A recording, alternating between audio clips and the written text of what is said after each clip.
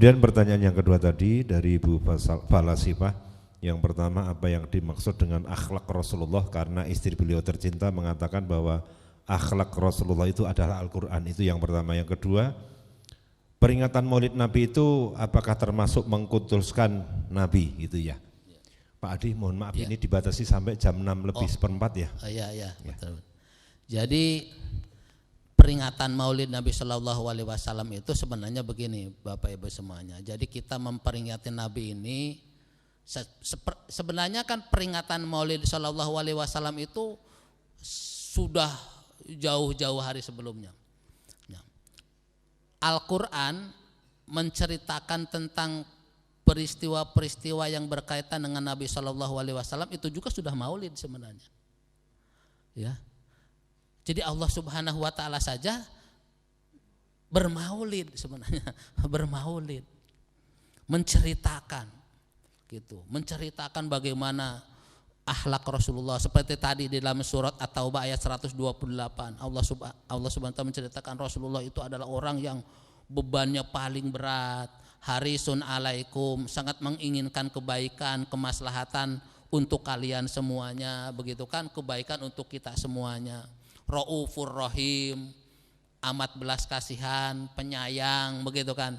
Jadi Nabi dan Rasul kita sudah diceritakan. Yang bercerita siapa? Al-Quran, Allah Subhanahu Wa Taala. Jadi peringatan Maulid ini sebenarnya di dalam Al-Quran sendiri sudah ada, gitu, sudah ada. Hanya resmi di negara-negara ada peringatan-peringatan, di masjid ada peringatan-peringatan, mungkin ini yang baru kemudian. Tetapi menceritakan tentang Nabi Shallallahu Alaihi Wasallam itu ya sejak zaman Rasul sudah diceritakan. Bahkan Bapak Ibu semuanya harusnya memang kita ini mengingat peristiwa-peristiwa yang bersejarah. Coba kalau kita tidak ingat hari kemerdekaan kita. Hari kemerdekaan kita tanggal berapa? 17 Agustus. Itu harus diingatkan.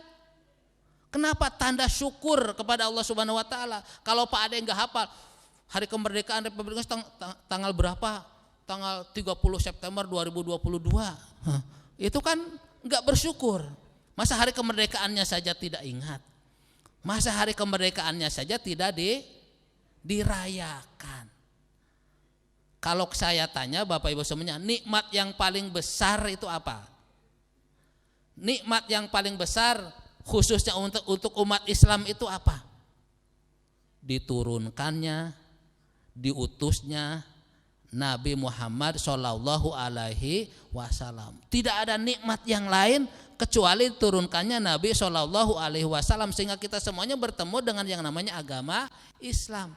Wa ma arsalanaka illa rahmatal lil alamin. Jadi Nabi dan Rasul kita ini diutus oleh Allah Subhanahu Wa Taala itu menjadi rahmat. Jadi ini nikmat. Oleh karena ini nikmat, maka harus kita ingat, gitu. Jadi peringatan Maulid itu adalah menceritakan tentang seluk-beluk yang berkaitan dengan Nabi Shallallahu Alaihi Wasallam. Jadi bukan ulang tahun, Pak. Bukan ulang tahun, ya. Bukan ulang tahun, tapi kita bersyukur kepada Allah Subhanahu Wa Taala, kemudian meneladani akhlak Rasulullah Shallallahu Alaihi Wasallam itu seperti apa. Yang kita ingat-ingat itu kan itu, bukan hal-hal yang negatif. Jadi sebenarnya terkait dengan peringatan Maulid itu ini sudah clear ya, sebenarnya Bapak Ibu semuanya sudah clear, sudah tidak ada masalah, dan ini rasa-rasanya sudah tidak relevan lagi kalau ada yang mengatakan peringatan Maulid, apalagi peringatan Maulidnya seperti pengajian seperti ini misalnya dikatakan tidak boleh dan lain sebagainya. Sebenarnya ya menurut saya sih sudah tidak relevan. Kita ini pengajian begini kok malah tidak boleh, gitu kan. Ini kan lucu gitu kan. Lucu kalau tidak ini. Jadi menurut saya memperingati hari-hari yang bersejarah gitu kan, mengingat-ingat apalagi nikmat yang paling besar yang diberikan kepada kita oleh Allah Subhanahu Wa Taala itu adalah diturunkannya, diutusnya Nabi Shallallahu Alaihi Wasallam. Kemudian Nabi Shallallahu Alaihi Wasallam itu, kenapa Nabi itu diangkat menjadi Rasul? Kira-kira apa itu? konsiderannya Bapak Ibu semuanya, pertimbangannya kenapa Nabi SAW itu diangkat menjadi Rasul, karena beliau itu adalah wa innaka la'ala khuluqin adim. Ya itu yang dimaksud dengan kana khuluquhul Quran. Bahwa Nabi SAW itu akhlaknya itu luar biasa Pak. Bahkan sebelum beliau diangkat menjadi Nabi dan Rasul, akhlak beliau itu sudah sangat luar biasa, terkenal. Beliau itu kan diberi gelar Al-Amin itu sebelum menjadi Nabi dan Rasul. Bahkan beliau itu menjadi solusi ketika kaum Quraisy itu mau berselisih, ketika mau mindahin Hajar Aswad berselisih, kata yang satu suku saya yang paling berhak, kata yang lain saya yang paling berhak. Akhirnya kemudian Rasulullah dimintai solusi bagaimana. Akhirnya Rasulullah mencarikan solusi, dan solusinya itu ternyata disetujui dan sangat luar biasa ya. Kemudian suku-suku yang berselisih itu senang dengan solusi salam itu. Batunya disimpan di atas kain, kemudian kainnya itu digotong bersama-sama gitu. Itu jadi Nabi dan Rasul kita luar biasa.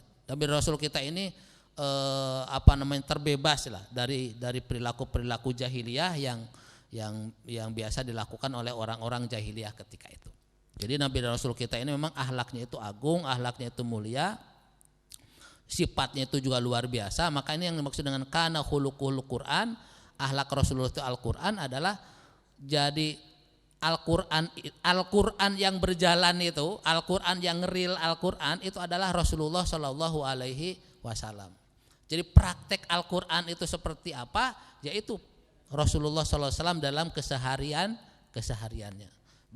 Rasulullah ini kan luar biasa Bapak Ibu semuanya. Kalau kita ingin meneladani seorang pemimpin, maka teladanilah Rasulullah. Kalau kita ingin meneladani Rasulullah sebagai seorang suami, maka teladani Rasulullah.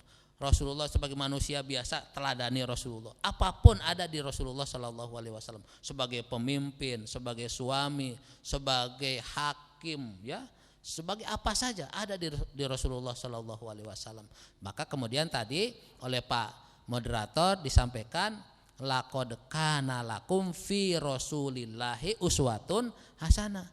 Jadi kalau kita ingin mencari teladan yang ideal, maka teladani Rasulullah Shallallahu Alaihi Wasallam dalam berbagai hal. Menjadi pengusaha, contoh Rasulullah Shallallahu Alaihi Wasallam. Gitu. Menjadi seorang anak, contoh Rasulullah Shallallahu Alaihi Wasallam. Jadi semuanya lengkap, ada di dalam diri Rasulullah. Tinggal kita gali. Nah ini saya kira yang terkait dengan pertanyaan Bu Falasifah ya.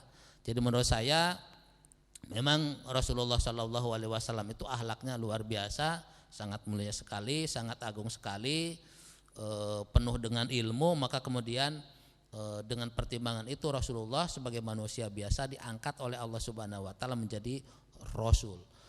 Rasulullah itu manusia biasa, bukan malaikat Bapak semuanya ya. Rasulullah itu manusia biasa. Rasulullah juga lapar, Rasulullah juga sedih, begitu kan.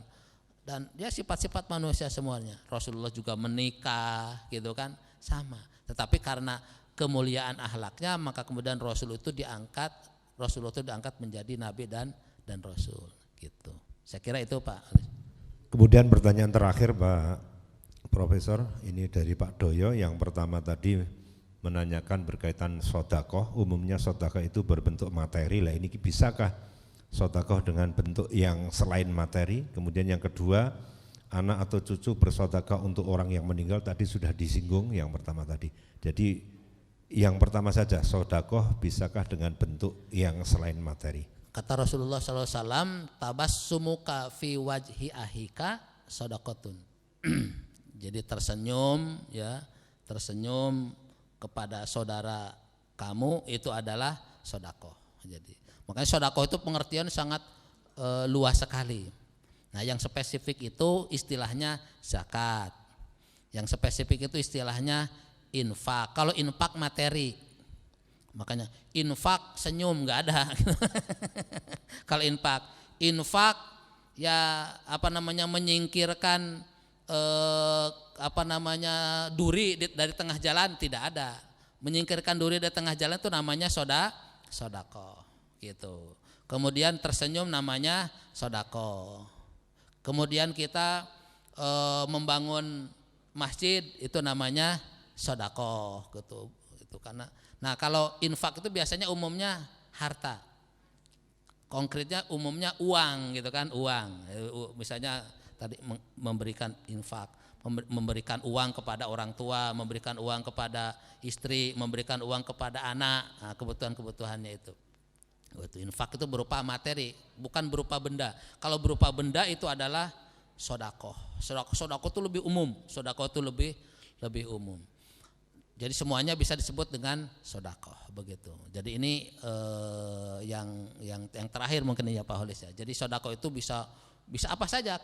Amal kebaikan kita itu semuanya adalah sedekah. Maka disebut sedaqatin jariyatin. Sedekah jariyah itu amal yang mengalir terus pahalanya. Amal yang mengalir terus pahalanya. Jadi ini yang disebut dengan sedekah begitu Pak Doyo ya. Monggo Pak.